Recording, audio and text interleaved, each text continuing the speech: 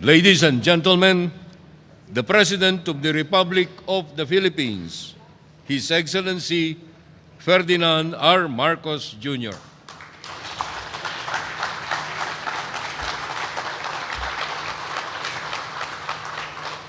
Thank you, Executive Secretary Luke Bersamin. Please take your seats.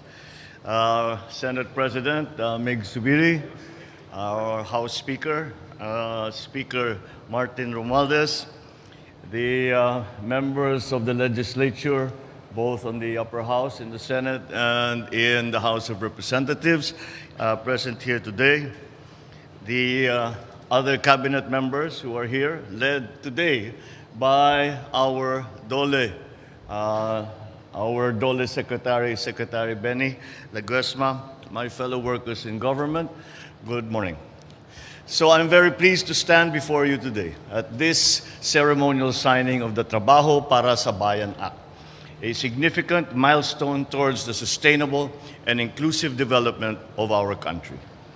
I thank both the Senate and the House of Representatives, led by Senate President Juan Miguel Zubiri and Speaker Ferdinand Martin Romualdez, for the timely passage of this bill, which is amongst the priority legislative measures of this administration.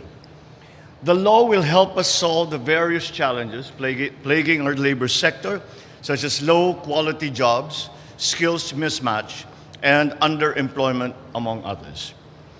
It likewise addresses the need to update the skills of our workers and promote the use of digital technologies, particularly for our micro, small, and medium-sized enterprises, or MSMEs. Crucially, this act will lay the foundation for the Trabaho para sa Bayan Interagency Council, which will craft a master plan for employment generation and recovery. It will be chaired by the Director General of the NEDA and co-chaired by the secretaries of the DTI and of the DOLE, with representatives from other agencies and from various sectors. All government agencies, including LGUs, are enjoined to cooperate and coordinate with the Council to ensure the effective integration of the plan into their policies and programs. I therefore direct the Council and all concerned government agencies to fast-track the issuance of the implementing rules and regulations of the law so that our workers and stakeholders can immediately benefit from it. I likewise enjoin the DOLE and the NEDA to harmonize the Labor and Employment Plan 2023 to 2028 and the Trabaho para sa Bayan Plan to ensure that all government efforts and resources will be effectively and efficiently managed. To our businesses, especially our MSMEs, we will continue to provide support and other incentives, such as increased access to financing and capital to promote self-reliance and spur employment generation. Under this law, we will also incentivize employers, industry stakeholders, and private partners who will facilitate skills development, technology transfer, and knowledge sharing amongst our businesses and our workers. With this concerted effort, I'm confident that we will not only achieve the goals of this law, but we will also realize our vision of Bagong Pilipinas. Sa ating mga mamamayang Pilipino, alam po namin na hangad ninyo na magkaroon ng maayos, matatag at marangal na trabaho. Sa pagpasa ng batas na ito, binubuksan natin ang isang bagong yugto sa ating bansa kung saan mayroong sapat at dekalidad na trabaho para sa lahat.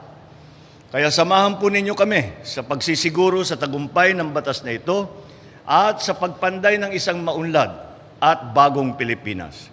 Salamat sa inyong lahat. Mabuhay po kayo. Magandang umaga po sa inyong lahat.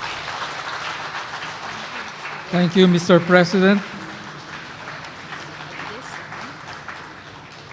At this point, may we request the President to kindly grant us a group photo.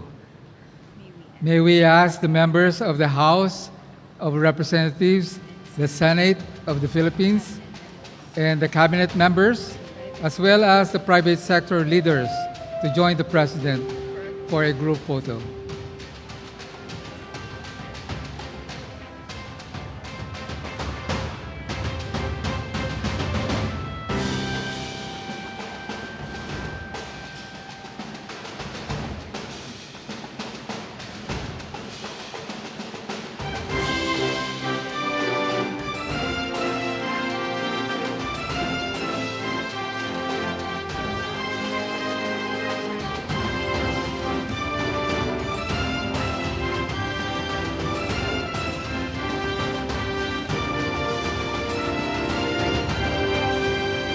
Thank you, Mr. President, and congratulations to the leaders and members of the House of Representatives and of the Senate, particularly the sponsors and principal authors.